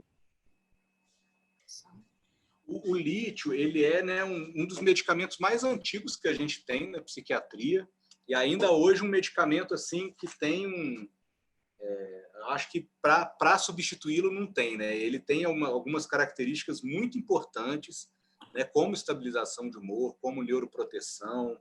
Ele tem um efeito de potencializar antidepressivo, né? Ele é um medicamento que, de fato, traz muitos benefícios, apesar de a gente ter que ficar muito atento a algumas características, né, dele, de atrapalhar um pouquinho o funcionamento da tireoide, ter função renal, essas coisas, né? Acaba também podendo dar diarreia, alguns efeitos colaterais mais complicados. Mas ele ainda hoje né, junto com a clozapina, assim, em alguns casos, né, um grande medicamento para poder tratar pensamentos e ideação suicida. Então, dentro desse contexto da prevenção, do tratamento, né, dos quadros de suicídio, assim, de pensamentos, né, e tentativas de suicídio, o lítio tem um papel muito importante. Geralmente, quando eu associo lítio, eu associo e chego na faixa terapêutica. Porque o lítio, a gente trabalha com ele dentro da faixa terapêutica, ele tem que estar nível sérico de 0,6 a 1,2 no sangue, né? Nessa faixa, ele tem um efeito melhor dele. Então, você pode usar ele como só potencializador, né? Só como um medicamento adjuvante para efeito de prevenção e de ideação suicida, mas, assim, à medida que você vai iniciar o tratamento com lítio, eu acho que vale a pena você tentar chegar na dose terapêutica de 0,6 a 1,2. Certo. E isso... Ele acaba sendo um adjuvante muito bom. Ele como a associação com antidepressivo, com o tratamento em si, para esses casos ele faz uma diferença grande, sim. Então, se o paciente tem um risco alto para suicídio ou um risco médio, você usa o lítio ou só para risco alto? Não, uso o lítio. Né? Para paciente que tem quadro de impulsividade grande, para paciente que tem pensamentos, né, mais recorrentes de suicídio, o lítio é um arsenal usado, bastante usado. Entendi. Mas dentro daquela sua classificação de risco alto para suicídio, de aquele que já teve uma tentativa anterior, né, de risco médio para suicídio, de risco baixo, você usaria o lítio? Risco alto, com certeza, e risco médio eu avaliaria caso a caso. Mas, geralmente, risco médio eu uso também. Então, se a gente for pensar assim de uma maneira mais esquemática, moderado a grave, vale a pena usar. Ah, ok. Obrigada, querida. Os casos mais graves vale muito a pena. Né? Os moderados aí depende muito do momento, da circunstância, mas, né, se você está vendo um risco moderado ali, pelo menos um período de uso de lítio, eu acho que é interessante. Entendi. A partir de que faixa etária você usa, André? A gente pode usar a partir dos 10 anos, dependendo da situação, a gente usa, né, um pouquinho mais precoce, mas geralmente a partir dos 10, 11 anos. Assim. Né, que é quando também, de fato, os pensamentos e as tentativas de suicídio começam a ter uma prevalência um pouquinho maior. Ok. Doutora Mônica, a mãozinha levantada, seria bacana se todo mundo levantasse a mãozinha também. Ainda quer falar? Não, meu bem, estou saciada. Foi um aulão. Quem levantou a mãozinha foi o Carlos Rafael. Por favor, doutor Carlos. Boa noite. Eu queria saber se tem algum grupo de voluntários, porque eu queria participar de alguma forma para ajudar os jovens, as crianças daqui de Brasília, na prevenção do suicídio, porque eu sou pediatra, eu já trabalhei no CAPES de Planaltina de Goiás, a gente já fez uma campanha lá de suicídio, mas se tiver algum programa que vocês precisem de algum pediatra, eu coloco à disposição, inclusive eu coloquei no chat aqui no digital do meu e-mail, caso vocês precisem de algum voluntário. Ótimo. Tem algumas sociedades, algumas institutos, né, que acabam trabalhando com a prevenção ao suicídio. Geralmente são instituições que prestam mais um trabalho educativo, de prevenção, não necessariamente um trabalho de atendimento. Né? Os atendimentos geralmente ficam mais por conta da iniciativa mesmo da saúde pública. Mas eu posso ver a possibilidade, se tem algum desses institutos, dessas ONGs, né, que trabalham também na parte assistencial. Eu, como sou um entusiasta, Carlos, eu acho que você chamou atenção para a criação de um grupo interinstitucional no Distrito Federal, que a gente pudesse estar fazendo, que eu acho que é uma coisa séria, nobre, e a gente não é só o lítio são para os depressivos. A gente precisa lembrar que 98% dos suicídios realmente tem alguma saúde mental, algum problema de saúde mental. Mas nem todas as pessoas que têm problemas de saúde mental vão cometer o suicídio. Então, tem outras causas adjuvantes. Dentre elas, as questões sociais, o sentir participante, inserido naquele contexto, naquela sociedade. Muita gente morre, por exemplo, e diz que é porque não se sentia útil à família, era um inútil, a família viverá muito melhor sem a pessoa, sem a presença dele. Então, a tua ideia de ser voluntário em um grupo que possa estar ajudando aos adolescentes é muitíssimo bem-vinda. Cada vez que eu digo que eu vou me aposentar, aí aparece um Carlos que vem me provocar, mas eu posso aposentar e continuar voluntária como você vai ficar. Então, está aí o desafio para o grupo de adolescentes, o grupo da Sociedade de Pediatria, independentemente dos grupos que o professor André vai procurar, vai mandar, vai encaminhar para todo mundo. Ou agregamos a esses grupos, somamos, ou faremos um grupo nosso, de pediatras e profissionais voltados para a área da saúde, para ajudar esses jovens que precisam desse olhar, desse escutar, dessa empatia e desse se sentir incluído. Gente, a coisa mais importante é você se sentir incluído. Você ter voz, alguém te escutar. A Mariana fala, e quando a Mariana fala, eu respondo a fala da Mariana, eu estou dando voz à Mariana, eu estou dando ouvido à Maria, escuta a Mariana, eu estou inserindo a Mariana em um contexto do que ela falou. É a mesma coisa na sociedade como um todo, no pequeno espaço, é disso que o ser humano precisa. São esses trabalhos pequenos que a gente vai mudar. Doutora Gilca está com a mão levantada. Obrigada, doutor Carlos. Obrigado. E voltando à questão da Mariana, eu acho que é assim, né? Uma coisa importante da gente conversar também é que desenvolvimento emocional e cognitivo requer interação social, quer dizer, requer relacionamentos reais. Mas aí a minha pergunta agora vai para o André, porque assim, o que a gente tem visto, né, muito, né? As pessoas, a gente vive numa sociedade onde os pais não conseguem se frustrar, né? Muitos são os nossos filhos, né, Marilúcia? E que, de repente, eles não trazem isso para os filhos, quer dizer, treinar essa autonomia, vamos dizer assim, as competências emocionais, porque a gente só a gente se frustrando, a gente lidando com o imponderável da vida, é que vai nos fortalecer nossa autoestima, nos dar segurança para poder treinar essa autonomia, né?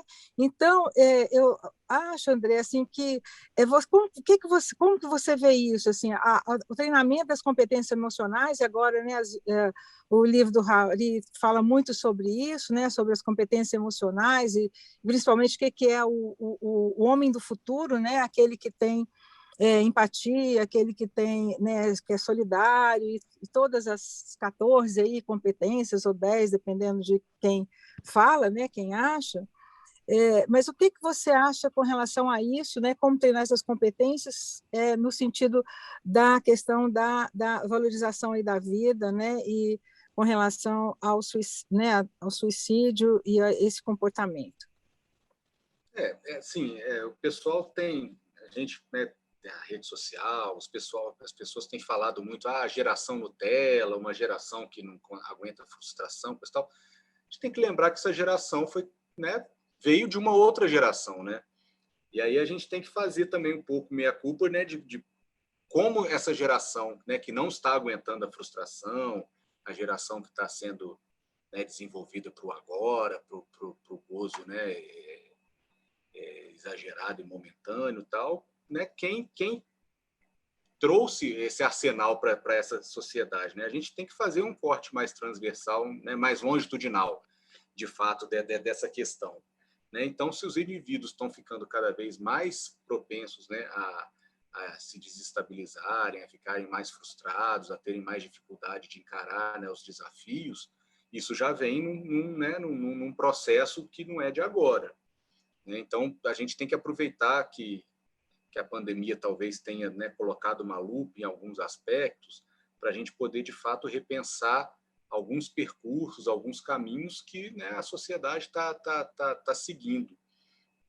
Né? Eu acho que, se, de fato, está faltando um pouco de determinados aspectos, né, no contexto familiar, por, às vezes, uma própria carência já dos pais, que já vieram, né, de situações muito ligadas ao consumismo, ao prazer momentâneo, instantâneo, tudo, eu acho que a gente tem que criar na sociedade um arcabouço para que essas habilidades sejam adquiridas, né? E aí, no ambiente escolar, no ambiente outros, né, que não só o familiar. Eu acho que reforçar com os pais, reforçar com as famílias, né, esse tipo de situação, mas também colocar o jovem, colocar a criança em contato com esse tipo de dinâmica em outras esferas também.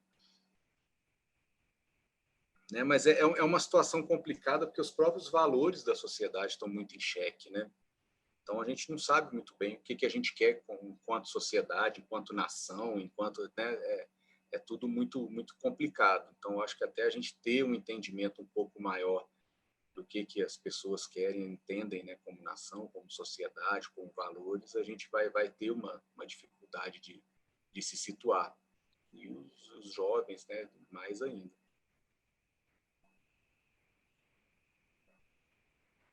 Gente, nós estamos em cima da nossa hora, mas se alguém quer ainda comentar, por favor.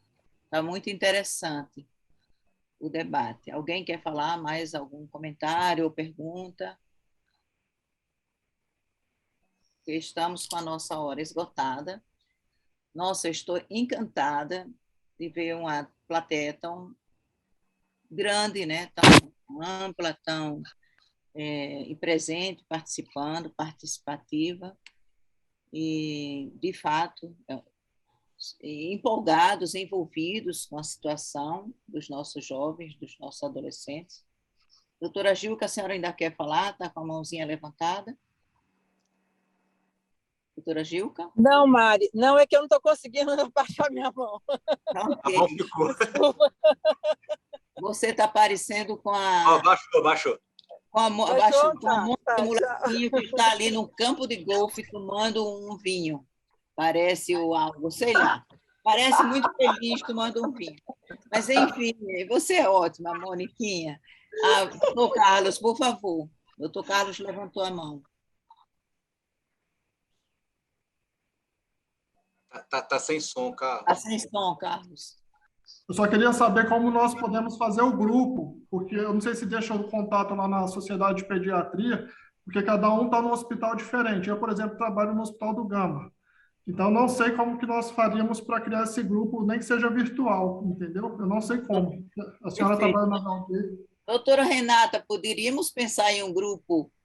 Tem alguma possibilidade dentro da sociedade da gente criar um grupo da sociedade, um grupo de tarefa, um grupo de trabalho, alguma coisa assim? Não sei se a doutora Renata ainda está aqui, porque ela veio de um plantão, coitada. Apareceu. Uma provocação, nossa, mas assim, do Carlos, eu entrei na provocação e eu gostaria de saber, existe uma possibilidade de fazer um GT, um grupo de trabalho, um grupo de tarefa, alguma coisa ligada à sociedade ou ligada ao DC de adolescência, por exemplo? Eu não sei, eu estou só imaginando. Se oficial... Eu topo. Eu super topo. Ela está me ouvindo, Renata?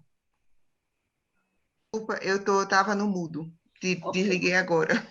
Okay. Não, o que eu acho que a gente tem essa plataforma Zoom, né, que está disponível para qualquer departamento, em vez de vocês fazerem um grupo virtual, pode fazer um grupo de WhatsApp, pode fazer um grupo com reuniões mensais, a cada 2 meses, não sei, e discutir esse tema, de uma ação dentro do departamento. Eu acho que seria uma coisa interessante, sabe, Marilúcia? Uma coisa para vocês pensarem, e deixa aqui o desafio. E a gente vai gostar muito de divulgar, de falar, a gente já faz os posts, já faremos a divulgação, mas eu acho que é uma coisa boa. Pronto. Porque eu acho que tem muitos temas interessantes, né? E eu acho que é importante a gente abrir isso. E a gente aqui está disponível, nossa plataforma está disponível. Muito obrigada. Eu acho assim, Carlos, a gente já tem a experiência do professor, do doutor André, que ele já fez um projeto com a escola muito bacana, né? Então, não vou provocá-lo para assumir a liderança, porque eu, de vez em quando, provoco ele, ele sai correndo perto de mim, porque eu sou entusiasmada demais, e não dou conta, mas chamo ele ou qualquer um outro colega para assumir. Também acho que a Mônica, eu sei que tem 1001 coisa fazendo, mas poderia estar liderando, ou o Carlos liderando. E só provocando mais ainda vocês, que eu acho que a gente marcou já uma reunião da SPDF, né, com os departamentos, e a gente já está com proposta e montando a grade já do próximo ano. Ótimo. Então, a gente assumiu agora em agosto, foi no dia 11 de agosto, já parece que faz 2 anos. Mas mesmo. Foi agora, não parece que já faz tanto tempo, mas não foi não, foi agora. Fez 1 mês agora, mas a gente começou, né, com essas campanhas, foi muito bom a Mariana ter tocado nisso, e a gente começou assim, bora ver o que a gente precisa mais chamar a atenção. Então, a gente pegou as cores, né, o mês amarelo, o setembro, né, amarelo e roxo, né, e até basta ver a nossa cidade, né, que está toda amarela e roxa com esses maravilhosos ipês, né, que a gente vê. Lindos, lindos. Então, a gente começou com essas campanhas, Marilúcia, mas próximo ano, nessa reunião, eu acho que vocês já podem trazer essa proposta, né, de criação de grupos. E dentro da SPDF, outra coisa também que pode fazer é que a gente tem um grupo. Inclusive, agora aqui acabou de surgir uma ideia que o grupo que é exatamente isso, da SPDF, junto com a comunidade e também junto com os profissionais de saúde. Pronto. Eu acho que seria uma coisa, um projeto muito bom, né? Ser aberto para ter grupos de discussão sobre esses temas, que é de interesse para todos. Pronto, Carlos. Tragam as propostas que eu acho que a gente já pode colocar na nossa grade. Eu acho que poderíamos incluir o Carlos para participar, pelo menos ouvir, porque eu sei que é de diretoria a reunião, para participar, para ouvir. Professora Carmen Lívia, que está aqui presente, é da diretoria. Gilca Starling não é, mas também convidadas, e todos os colegas que estão presentes, que quisessem participar para a gente fazer... Trago as propostas. Exatamente. Ok. André, parabéns, foi ótimo. Parabéns, Marilúcia, parabéns a todo o do departamento. Parabéns muito a todos, obrigada ao André, muito obrigada à Sociedade de Pediatria do Distrito Federal, em nome da nossa presidente, doutora Renata. E, Andressa, você que está aqui nos ouvindo, pega o contato do doutor Carlos Rafael, porque dos outros todos nós temos, para a gente se comunicar com ele e ver se evoluímos com a ideia. Ok? Muito obrigada. Joia. Boa noite. Tchauzinho, gente. Obrigada, querido. Boa noite, foi ótimo. Parabéns a todos os departamentos. Obrigada mesmo.